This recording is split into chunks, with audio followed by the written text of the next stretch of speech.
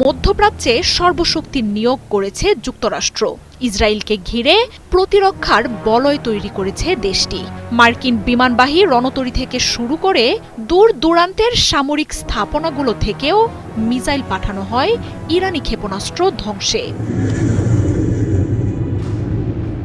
এসব বাধা পেরোনোর পর ইরানি মিসাইলকে পড়তে হয় ইসরায়েলের ঘরের মাটিতে থাকা আকাশ প্রতিরক্ষার বলয়ে। Iron Dome, third Arrow, David Sling, Patriot মিলিয়ে অন্তত 5টি স্তর আকাশে বহু দূরেই ইরানি মিসাইলের উপস্থিতি শনাক্ত করে। নিজেদের আকাশসীমার বাইরে মহাকাশেই সেগুলো ধ্বংস করতে প্রতিরক্ষা থেকে একের পর এক মিসাইল ছুটে যায়। তবে এমন শত শত প্রতিবন্ধকতা অতিক্রম করেই ইরানের মিসাইল সফলভাবে হামলা চালাচ্ছে ইসরায়েল জুড়ে।